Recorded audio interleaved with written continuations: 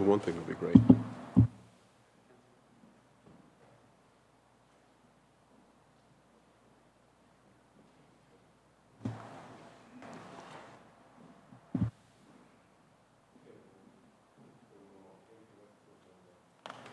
I'm sorry. I don't think so.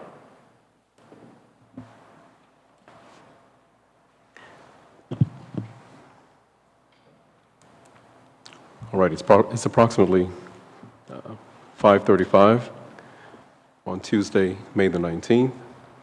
Meeting 6 of the Citizens Commission on Elected Officials' Compensation will now come to order. Good evening, all. I'll ask that each of the commission members to please identify themselves for the record, beginning with Commission Member Easterday. Good evening, Kristen Easterday. Thank you. Good evening, William Murdoch.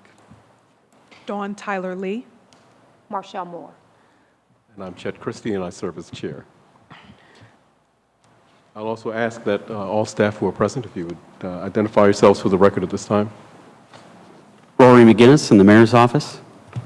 Ken Paul from Columbus City Council.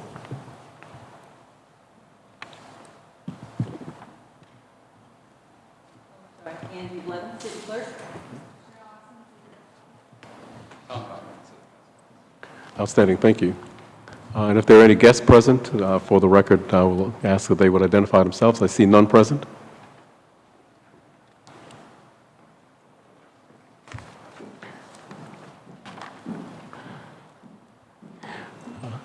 Let me just briefly review the Commission's charge as we proceed today.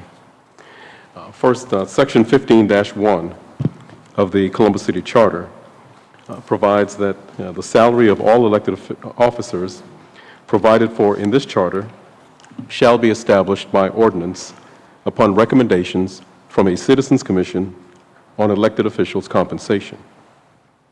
Section 15-3 provides that the Commission shall conduct a review of salaries for like positions in the public sector. The review shall be made for the purpose of recommending salaries appropriate to the duties and responsibilities of each elective officer of the city. Section 15-4 provides that the Commission shall submit to the City Clerk a report of recommendations for the salary of each elective office of the city, including an annual cost of living adjustment, which shall not exceed the average increase in the Consumer Price Index during the preceding 4 years. That essentially establishes the Commission's charge. To date, the Commission has established benchmarks and developed a framework for our consideration of the data, the research, and other relevant information that will support our recommendation and report to Council. The Commission has launched a salary survey of 29 peer cities.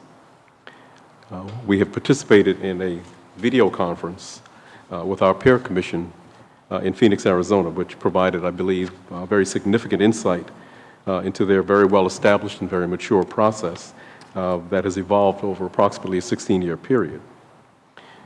We have also received a presentation on the Consumer Price Index from a renowned local economist, Dr. William Lafayette, and are in receipt of Dr. Lafayette's summary report of his presentation. Staff has received significant salary survey data and conducted other independent research.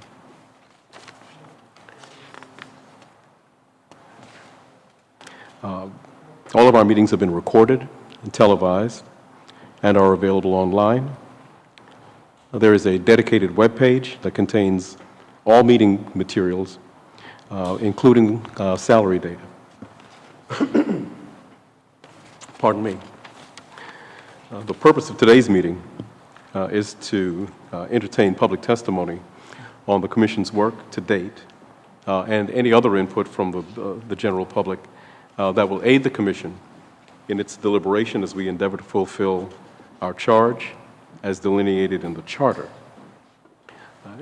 Additionally, we will conduct the business of the Commission and will receive updates and presentations from staff that will provide the foundation for the recommendations in the final report that is submitted by the Commission for Council's consideration.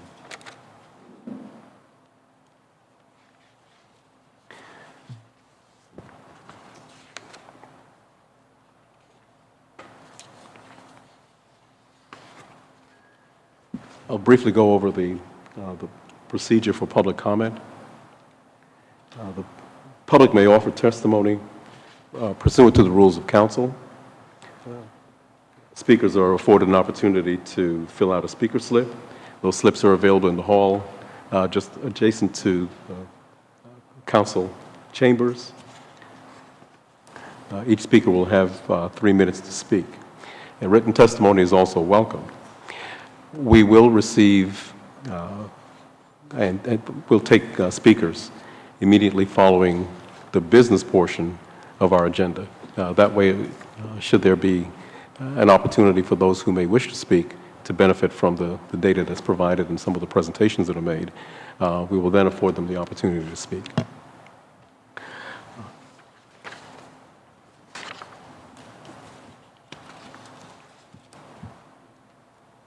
With that in mind, then, my recommendation is that we would proceed with the other business that's on today's agenda.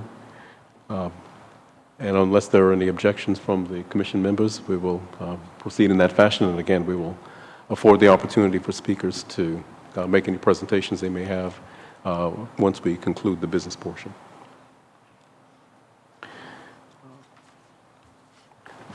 The first item of business, I'll entertain a motion to approve the minutes of the April 30th, 2015 meeting, as those minutes have been submitted for our consideration or for our review.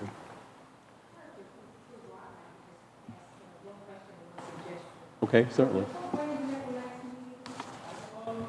I apologize. Is my light on? Okay. Was Nicole Brandon at the May 6th meeting? I thought I saw her there, but she's not indicated on the attendance. And then the only other suggestion and she just indicated that she was, the paragraph next to last on the first page, I would just suggest adding AM after the time. That's all. Thank you. Are there any other additions, deletions, or corrections? If not, then I'll entertain a moment that a motion that we approve the minutes as amended by Commission Member Moore. Also move. Second. It's been properly moved and seconded that we approve the minutes as amended. Any questions on the motion?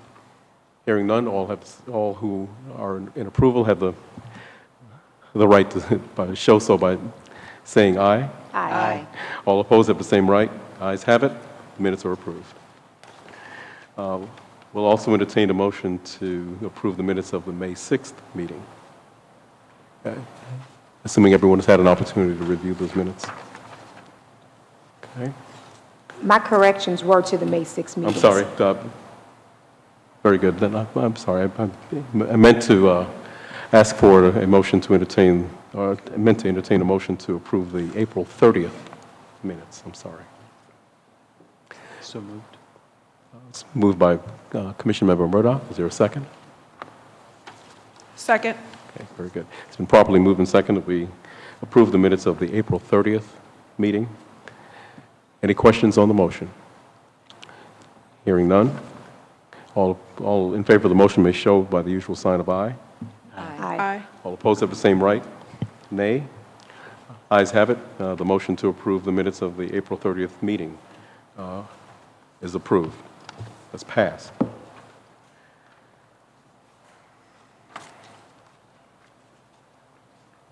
Very good.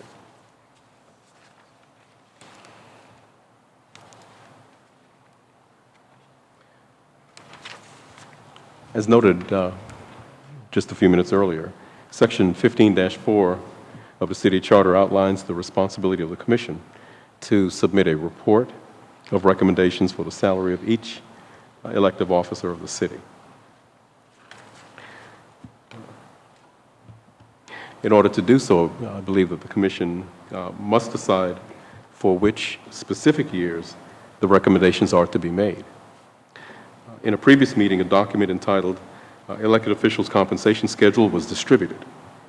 I'm going to ask Rory McGinnis to go through this document with the Commission once again in order to provide recommendations for our consideration. Rory, if you're prepared to proceed, please do so at this time.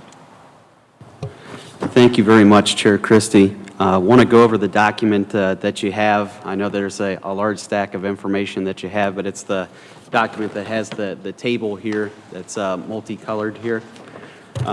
This is a little bit different. I made one change from the document that you received in email yesterday. It basically was changing some of the colors on there, but we'll go through all of each of these things, each of the kind of the legend here, and then talk about the recommendations. So the first thing that you see on the document is that all the salary figures on here representative or reflect current salaries previously set via Council Ordinance 2665-2013. And the other item to note here is that where you see the kind of the thick black block here, that shows you the terms, the 4-year terms of those office holders. And if you look, it shows the mayor's term starting in 2016 and going through 2019. Council president is on that same 4-year cycle, as well as the half of the council members. The other council members' terms start in 2018. So those blocks are meant to show you how each of the terms are separated out. In the red area shows you that those are salaries that were already set, but they also can't be increased or decreased for an elected official during the term for which they were elected. And that's also part of Section 15.4 of the city charter. The items shaded in yellow are items that the Citizens Commission can change, but they're not required to change those items for the years identified therein. The items shaded in green are the areas where the 2015 Citizens Commission at minimum needs to make salary recommendations for those areas. And then the future commissions are in blue and in kind of a orange color there for 2022. And so that all gets laid out here. Is there any questions so far on the layout of the table? Okay. So in going through this table, there's a couple things as a staff that we had looked at and would like to make some recommendations to the commission. And number one is to keep the salaries in place for all the positions that were previously set via the council ordinance that I mentioned. We believe it just doesn't make good sense to undo actions that were previously passed by council. Secondly, for mayor, staff recommends setting a salary figure for 2020 and a cost of living increase for 2021. As a result, when the 2018 commission meets, it can then make recommendations in 2022 on all the elected positions on a standard 4-year cycle. For council president, the staff recommends setting a salary figure for 2018, and that's also that we have to do that as a commission. For council members, staff recommends that we have to set the salary figure for 2018 and also the CPI through 2021. For both council president and council members, by waiting until 2018, there's not an issue with some council members receiving different salaries due to staggered terms. So if the commission recommended a salary change for 2016, only some of the council members would be affected. This is because Section 15 of the Charter says that the salary of any elected official shall not be increased or diminished during the term for which the individual was elected.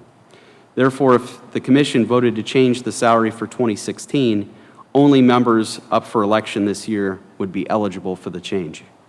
Council members in their current term would not be eligible for a change until 2018. And then for city attorney and for city auditor, the staff recommends setting the salary figure for 2018 and doing the CPI through 2021. So those are all the recommendations that we have regarding the compensation schedule. And ask first if there's any questions, and ask the chair if there's a, if he would like to put forward a motion on that, or to outline that, I'm sorry.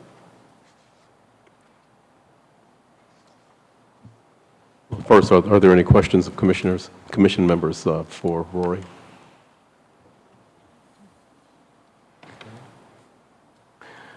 If there are no questions, then I'll entertain a motion to approve the recommended salary schedule outlined in the document presented to the commission. So moved. Is there a move by Commissioner Member Murdoch? Is there a second? Second. A second by Commissioner Member Easterday. It's been properly moved and seconded that the commission approve the recommended salary schedule outlined in the document just presented by Mr. McGinnis. Are there any questions on the motion? There being none, all in favor of the motion, may show by the usual sign of aye. Aye. All opposed have the same right, nay. There being none, the motion passes, and we have approved the recommended salary schedule outlined in the document presented by Mr. McGinnis. Thank you very much, Commissioners. Thank you, Mr. McGinnis.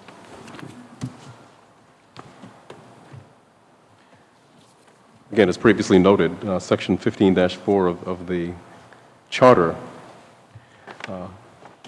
outlines the Commission's responsibility to provide a recommendation for the salary of each elective officer of the city, including an annual cost of living adjustment, which shall not exceed the average increase in consumer price index during the preceding 4 years. On April 30th, Dr. Bill Lafayette made a presentation to the Commission. He gave a very detailed review of the consumer price index and several options that the Commission had at its disposal. Mr. Lafayette also provided a follow-up document that was sent to each of the Commission members. I'd like for Mr. Paul to take a few minutes and provide recommendations on adopting the CPI as it relates to our charge as a Commission. Any recommendations that you may have for us to proceed, Mr. Paul? Thank you, Chair Christie. Draw your attention to the handout. It's a one-page document. In the upper right-hand corner would say draft recommendation, cost of living increase. We'll walk through this document together as quickly as possible, but I will speak slowly at key points because, as we know from our presentation from Dr. Lafayette, that's not a simple subject matter, but we've done our best to summarize it in a single page and a recommendation that's easy to follow. Section 15.4 of the Columbus City Charter does state that the Citizens Commission on Elected Official Compensation shall submit to the city clerk a report of recommendations for the salary of each elected officer of the city, including an annual cost of living adjustment which shall not exceed the average increase in the consumer price index or successor thereto during the preceding 4 years. Accordingly, the Commission must not only make a recommendation for the base salary of each elected officer of the city, but an annual cost of living adjustment for each successive year. And that cost of living adjustment is capped by the average increase in the consumer price index, CPI, during the preceding 4 years. And this obligation begs the question, what is the consumer price index and what was the average increase over the last 4 years? And to answer these questions, the Commission solicited the assistance of economist Bill Lafayette for advice and counsel. We'll do a brief summary of that analysis for the public and viewers at home and to refresh our memories this evening. But the CPI is one way to measure inflation, which is a process of continuously rising prices, or alternatively, the declining value of money. When inflation exists, a dollar doesn't buy as much as it did before. And the intent of a cost of living increase is to give a worker the same purchasing power as they had before any increase in inflation. The CPI measures inflation and how much the dollar's purchasing power has changed between two specific periods in time.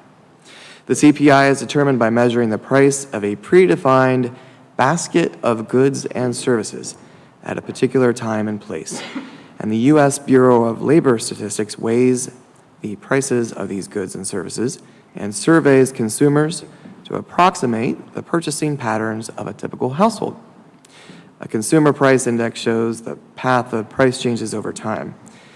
However, there's not one CPI. Rather, as Dr. Lafayette pointed out, there are 10,614 different types of CPIs. They fall into several major groups and take into consideration a variety of factors, including geography, the basket of goods considered, and type of employment, among other considerations. Based on the Lafayette report, the Consumer Price Index most appropriate to determine the cost of living increase the Commission must recommend is the CPIU Midwest Size Class A, all items. To make it a little more clear, that is the Consumer Price Index for all urban consumers, all items, in the U.S., Midwest cities with a population of 1.5 million or more. And using the values of this CPI, the average increase in the CPI, for purposes of reference, for the last 4 years, that would be years 2010 through 2014, it's 1.99%. And Dr. Lafayette gave us a lesson on arithmetic and pointed out that in calculating this average, you would not use the standard arithmetic formula to come about an average. Rather, you use, and this was new to me, a geometric average to calculate that average. So that brings us to the recommendation, which is to take all of that which I just said and simplify it down to a few simple sentences that council could then act upon. The recommendation based on the findings of the Lafayette report are as follows for your consideration. The annual cost of living increase provided to all elective officers of the city shall be equal to, but shall not exceed, the geometric average increase in the CPIU Midwest Size Class A, all items, for the 4 years preceding the year in which a cost of living increase will be realized. It is my hope that that came across clearly. I'd be happy to take any questions if it did not. Thank you. Thank you, Mr. Paul. Commission members, are there any questions of Mr. Paul? Any clarification of the summary that he provided, essentially, of Dr. Lafayette's presentation and the essence of the recommendation? Any concerns, any need for clarification? If not, then again, we'll entertain a motion that we adopt the recommendations with regard to the CPI.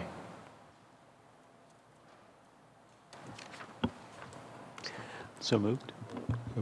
Moved by Commission Member Murdoch, Second. second by Commission Member Moore. Are there any questions on the motion? There being none, all in favor may show by the usual sign of aye. Aye. Aye. All opposed have the same right, nay. Let the record reflect unanimous approval of the motion. Just for the record again, the annual cost of living increase provided to all elected officers of the city shall be equal to, but shall not exceed, the geometric average increase in the CPIU Midwest Size Class A, all items for the 4 years preceding the year in which the cost of living increase will be realized. That is the CPI recommendation that has been approved by the Commission. Thank you, Mr. Paul.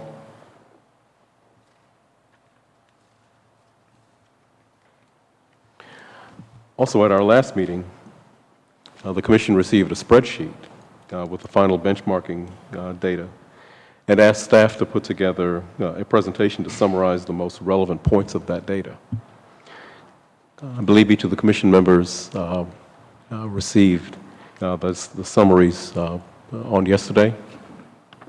And I'll ask Mr. McGinnis at this point if he would guide us through that presentation, through the summary.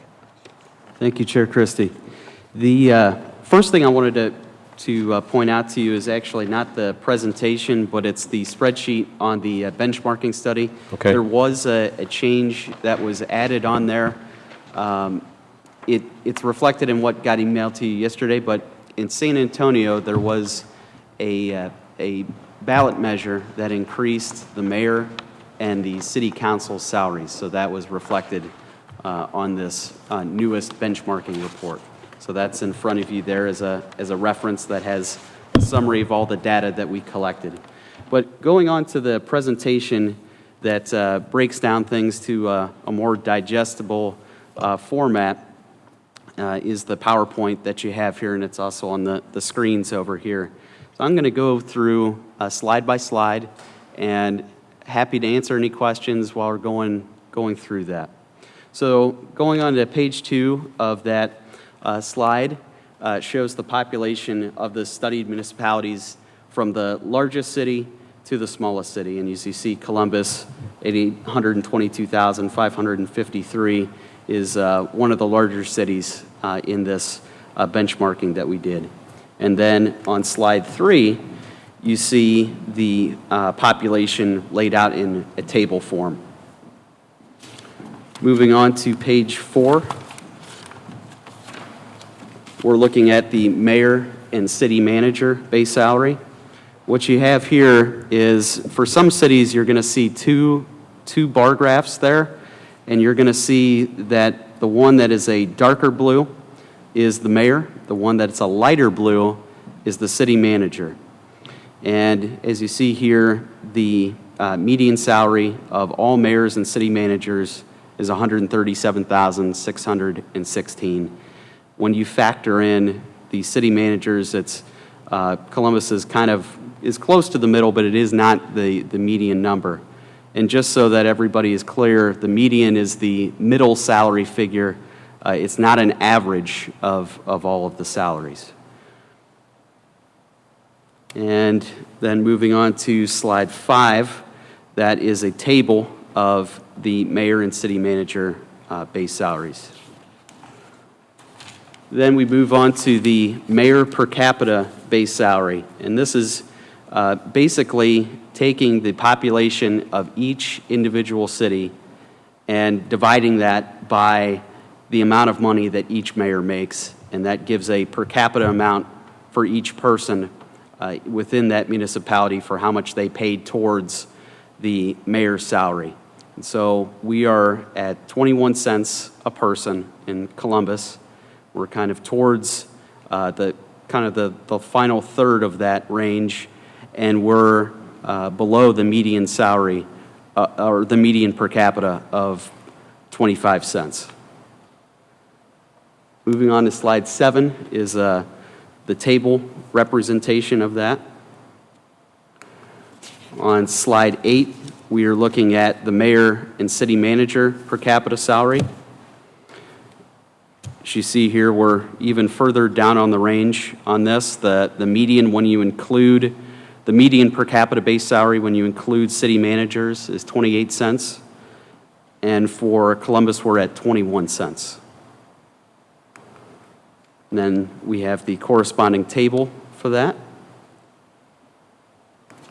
And then we move on to slide 10, which is the council member base salary.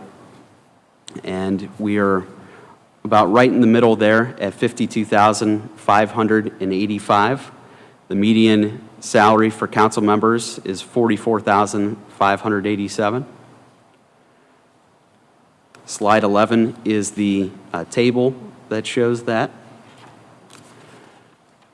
Slide 12 shows the per capita base salary for council members is at 6 cents. That, again, we're kind of on the bottom third of the range here. The median per capita base salary is 10 cents. Then we have on slide 13 is the table of all that information. Then we have the council president base salary. We're very close on the middle there as well. We're at $63,259 currently, and the median salary is $58,800. Slide 15 shows the table of that information. Then we move on to the council president per capita base salary. We're on the final third here as well. Columbus, we're at 8 cents a person, and the median per capita base salary is 11 cents. Slide 17 shows the table of that information. And then we have a slide here on council members per municipality. And this shows that on the highest end, you have Nashville at about 40, and Columbus is second to the last at 7, and Dayton is even a little smaller than us. And then the table of that information. And then slide 20 here shows the number of residents per council members. The most is San Antonio, but second most is the city of Columbus with 117,508. The median residents per council member is 40,709. 21 shows the number of residents per council member, but in that table format, highest to lowest. And then we move on to the city attorney here. We're very close to the median at $164,026. The median salary for city attorneys in our survey was $156,848. And we have the table of that information as well. And then finally, we have the I'm sorry, not finally yet. On the city attorney per capita, we're one of the least amounts per capita at 20 cents per resident, where the median is 30 cents per resident. Then moving on to 25 is just the table there again. 26 is the city auditor. And let me skip back here on the PowerPoint here, sorry. The Columbus is near the top here at $164,026 on city auditor base salary. The median salary is $114,240. And then also on this graph, you'll see here, and I forgot to point this out on the city attorneys as well. It shows you in the dark blue are the appointed city auditors, and the light blue are the elected city auditors. And we have the table of that information. And then we have, that finishes the PowerPoint that we put together here. And I want to thank Greg Beaverson in Human Resources for putting this together, and then Chad Smith in Civil Service, who did a great job putting this together.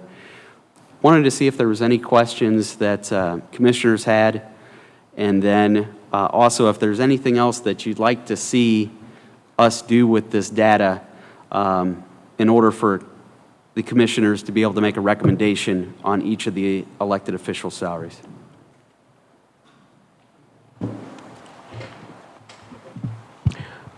Rory, thank you very much.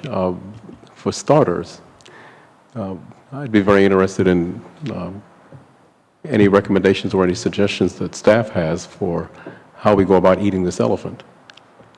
This is the 29 slides. It's an incredible amount of information.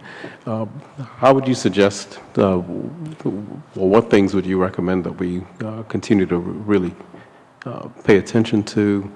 How do we go about taking this wealth of information and ultimately coming up with recommendations that we can tailor for presentation to council and ultimately for adoption? I think the best thing would be for the commission to review the information thoroughly, take a look at it, and if there's any questions in the meantime, ask us. You know, our next meeting is, I believe, in about 2 weeks, and really we'd be liking to get the input at that meeting for really what the recommendation of the commission is. In terms of just my insights on this, if you look at each of the different offices, I think you'll see that, you know, Columbus is towards the middle on a lot of these different salaries and on the numbers itself, except when you look at the size of the representation of council and when you look at the per capita numbers. I think for almost all the office holders, the per capita numbers are very low, which is a good thing because it shows that our taxpayers are getting good value for the salaries that they're paying our elected officials. Ken, I don't know if there's anything you want to add to that. Yeah, it may be obvious to all of us because we've been dealing with this data for weeks now, but for those at home also, just to underscore why we put forward the median per capita. If you look at one of the first slides, you had the listing of all the cities that we considered, and there's obviously a very big discrepancy between the population of some of these cities. And if you look at the raw data, the spreadsheet and the survey that we conducted, there were a lot of different data points that weigh into why any particular community may compensate an elected official at any given rate. What we attempted to do with the median per capita is to give you the best apples to apples, oranges to oranges comparison possible. In other words, without simply eliminating some of the smaller cities or discounting cities larger than us, try and break it down in some way where, regardless of the size of the city, you have a better understanding of, per resident, what the elected official is being paid. So I guess back to the commission would be if there are other ways that we can help illustrate or draw similar comparisons between different cities, and we would be open to that. But that's why we presented the information the way we did, to try and make it as comparable as possible and truly take out of the equation larger and smaller cities and bring it in line with the population here in Columbus.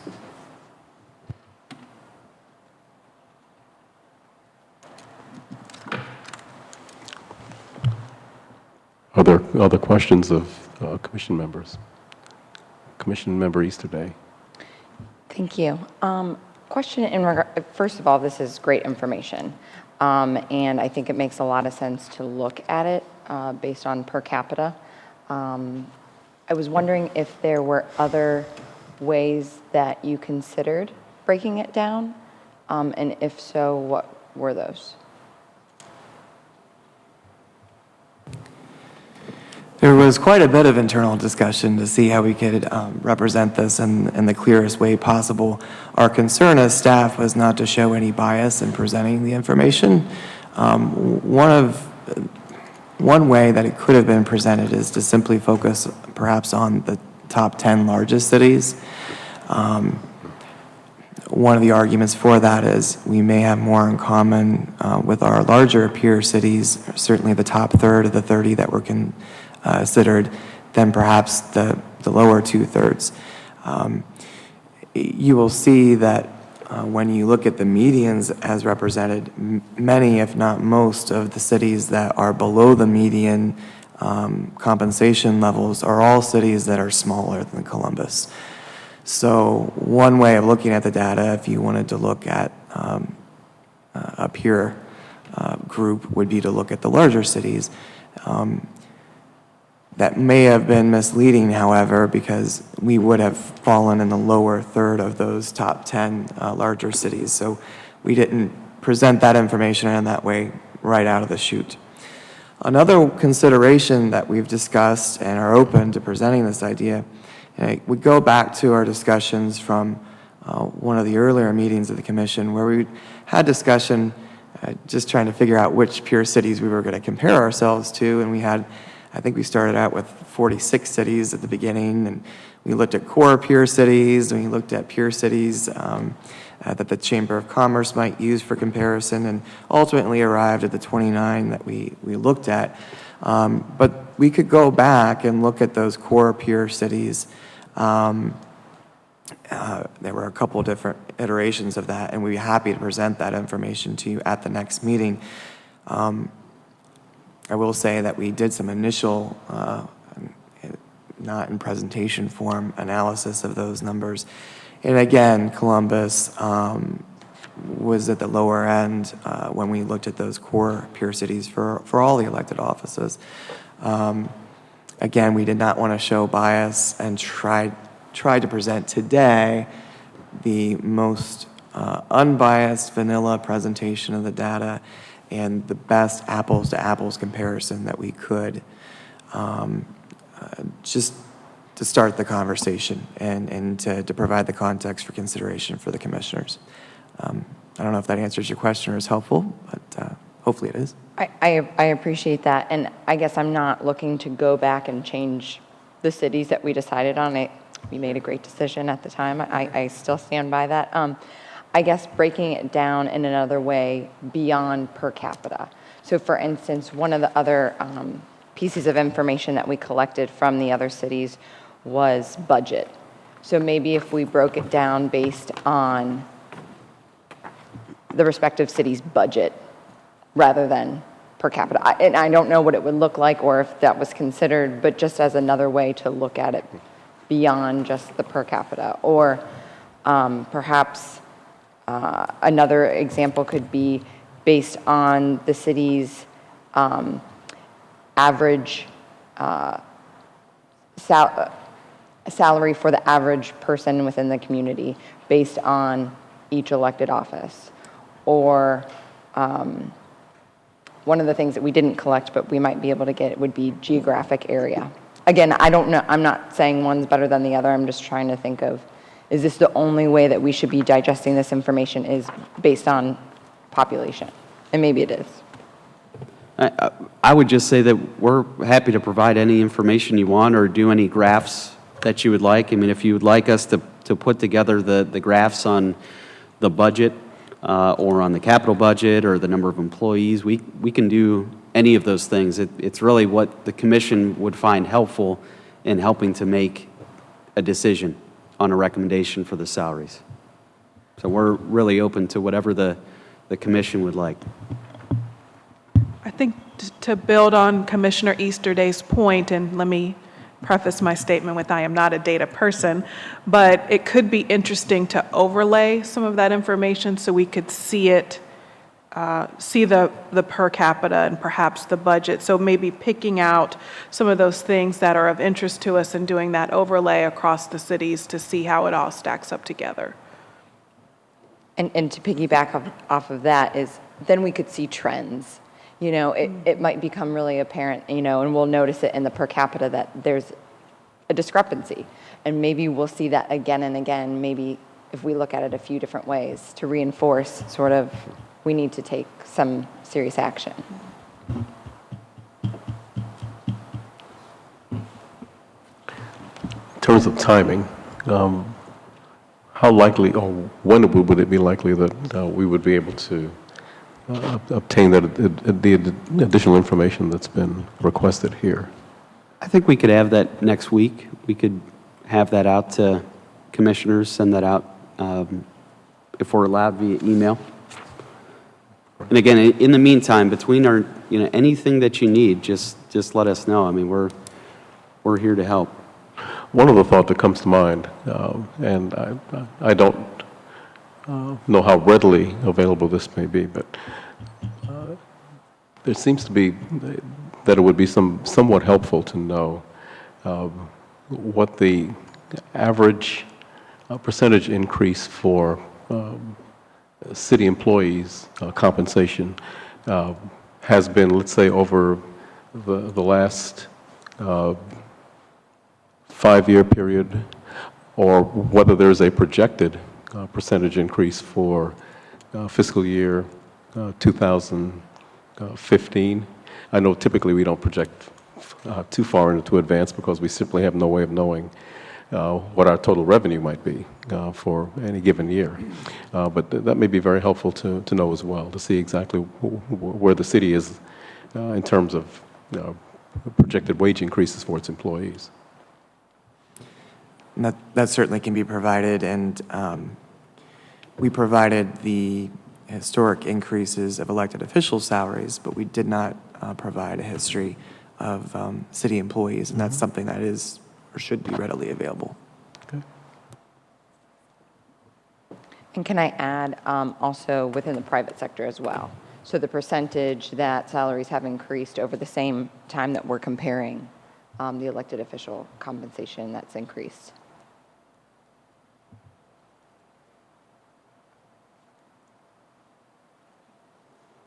I had one point of clarification. You had talked about wanting to see the budget.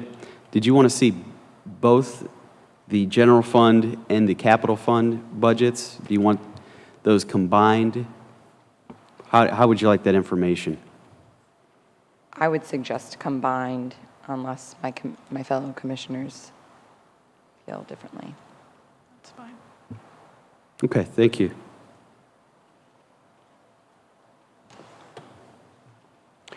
Is there any other information that commission members would like to see or to have added for our consideration prior to our deliberation at our next meeting? Okay, again, to echo Commission Member Easterday's comments, this is a tremendous amount of work, very, very good work, and we thank staff for all of their efforts in putting this information together. It certainly is going to make an already challenging responsibility on our part easier to navigate and hopefully easier for us to reach some final recommendations.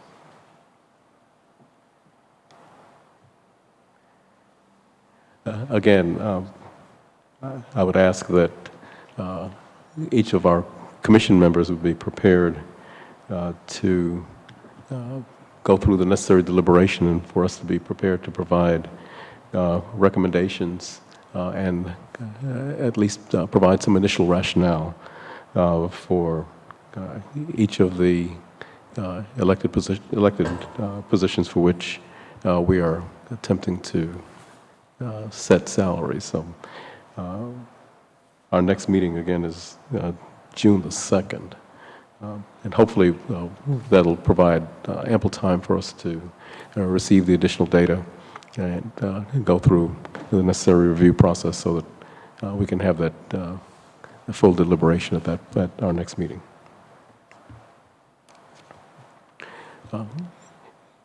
Any questions before we move on? Okay, very good. At our last meeting, Commission asked our staff for an outline of what our draft recommendation report would look like.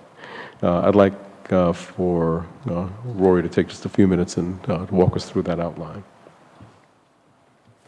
Thank you, Chair Christie. In front of you, one of the final pieces of information you have is a sheet titled Draft Recommendation Report Outline. And in a very simple way, I'll go through this and just let me know at the end if there's other main sections that we need to add or other things that you think need to be part of this report. So the first would be have a cover page and have it be, my idea was to have it be similar to the Charter Review Commission, have it be full color and pictures, make it look very nice and professional. Second, we'd have a table of contents for everything that we've put together here. Third would be a letter from the commission. It's similar to what the Charter Review Commission had in there, and have that letter be signed by all of the commission members. Then have a executive summary of the recommendations of the commission. Then go into a detailed background. And then go into the actual recommendations. So first would be the salary schedule, which we already looked at and approved actually what years that we're going to be setting recommended salaries for each of the positions, elected positions. Then we would have the mayor's base salary. We'd have to have that recommendation. Then council president, city council member, city attorney, city auditor, all of those base salaries recommendations and the rationale for why we're recommending that salary. And then finally, the cost of living adjustment, which we already approved this evening on how we're going to determine that. Then we'd have a conclusion and then a group of appendices. So we'd have relevant sections of the Charter Review Commission final report, the Columbus City Charter Section 15-1 to Section 15-5, the elected official compensation history and schedule, detailed salary survey response and research, the salary data summary and the presentation that we just went through this evening, the Consumer Price Index report, the commission meeting minutes, and we can add anything else, but that was the draft that we think makes the most sense in presenting a final recommendation to the city clerk. Any input or questions? Commissioner Member Murdoch. Thanks, Mr. Chair. I think this is a great outline. Just one question. As far as public comment, where does that appear in the report? Is that something that's incorporated into the minutes, or is that a section that should be added? I was thinking that would be part of the background, but we could make it a separate section if we like. Would that, when you mean by public comment, would that be the summary or the actual public comments that we've received on the report? I'd want it to be in keeping with other city commissions, but certainly I think at minimum a summary would be acceptable of the types of comments that were received. Okay. Yeah. That's a Just my 2 cents. fair point. For the Charter Review Commission, we did, at least where the web form responses from the community were concerned, we did provide copies of those as an appendices. And then there was also written testimony submitted during that process. That was also included as an appendix. That was something that we could certainly include. And while we're along those lines, we may actually be able to include at least an unlimited number of hard copies, certainly for the permanent record maintained by the clerk, the video captured from all of these meetings that have been televised and put online in a format that future commissions may be able to look back on and refer to. Yeah, that sounds great. Will staff be in a position to essentially provide the complete draft report, obviously without the base salary recommendations? I think that would be just about the only thing that would be missing, correct? I think we'll definitely be able to do that at our next meeting. Minus, have some blank spots for the actual recommendations by the commission. For base salary? Correct. Mm-hmm.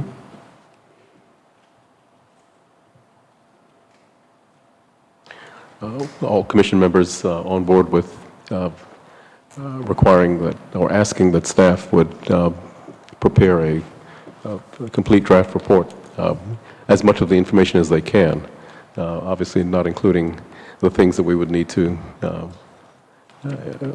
deliberate during our next meeting. If that's at all possible, we would greatly appreciate that. That would take us, that would expedite our process in getting recommendations to council as expediently as possible. Okay. Thank you very much for that. Again, our next meeting is scheduled for June the 2nd at 1 o'clock p.m. I think what we would want to go through in as much detail as possible the report, the draft report that's submitted by staff, and then once we're at a point where we're able to land on specific recommendations of base salary, we would be prepared to put together a final report. And then hopefully, I believe June 11th would be the other date that we've tentatively agreed upon, coming together and meeting here in council chambers and adopting the specific recommendations to submit to council, hopefully by the 11th, or on that date. Am I correct in my recollection of the dates that we've discussed to date? All right. Any other questions, clarification, anything else that we need to talk about in terms of next steps or our game plan in terms of bringing this report and recommendations to fruition? Commission Member Tyler Lee. Mr. Chair, just a thought that comes to mind as we think about the content for the report, perhaps we include some guidance to the next commission. So since this is the first time there's been this type of commission, maybe we have some thoughts or lessons learned or advice for the next group that we include perhaps in our letter or maybe in the conclusion. I don't know exactly what those things are, but as we're completing this process, perhaps there's some wisdom we want to pass on to the commission that may succeed us in however many years when the next commission comes around. I think it's an excellent thought. And the letter may be an appropriate place for that to be contained. And I think that ought to be part of our discussion and deliberation when we meet next as well. Thank you for that. Chair Christie, Yes, sir. if I could, there's two other things I was going to mention. On June 2nd, we have the time at 1 p.m. We didn't have a end time set for that, and so we might want to clarify what time frame that we want to have for that meeting. Thoughts, commission members?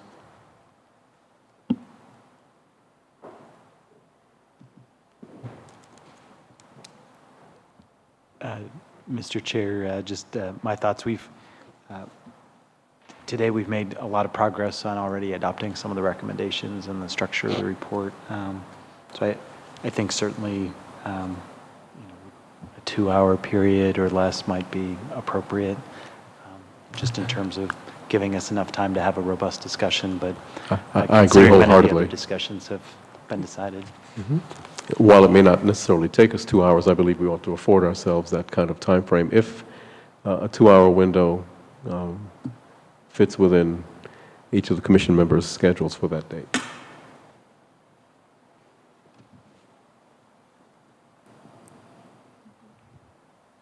All right, thank you. I'm seeing And then- nodding.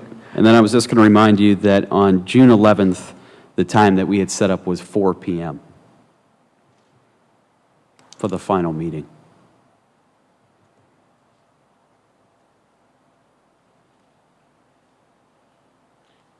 Very good. June the 2nd, we've established a time frame from 1 to 3 for that meeting, and the meeting on the 11th will be at 4 o'clock p.m. Outstanding.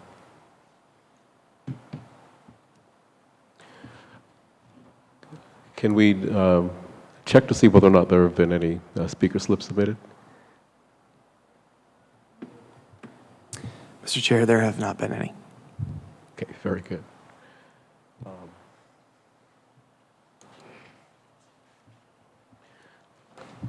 There being no speaker slips, and I believe that we've afforded a little over an hour, so that's been, I believe, a reasonable amount of time to accommodate any desire that speakers may have had to provide testimony this evening. Are there any other matters that we need to address prior to our adjournment? Any other questions, concerns, anything that we need to clarify? If I Yes. may, Mr. Chair, maybe just another reminder to the public that may be viewing and saw tonight's information that there's still the opportunity to submit comments through the website or Yes. to call City Hall if they would like to provide their input. And I thank you for providing that reminder. Once again, the web address is www.columbus.gov/compensation commission. And again, we do have both an email and a telephone contact available for the public to submit any comments, any testimony, et cetera. And we do accept a written testimony as well. Right. Unless there's anything further, the sixth meeting of the commission, unless there's anything further, we are hereby adjourned. Hearing nothing, the sixth meeting of the commission is now adjourned at approximately 6:40 p.m.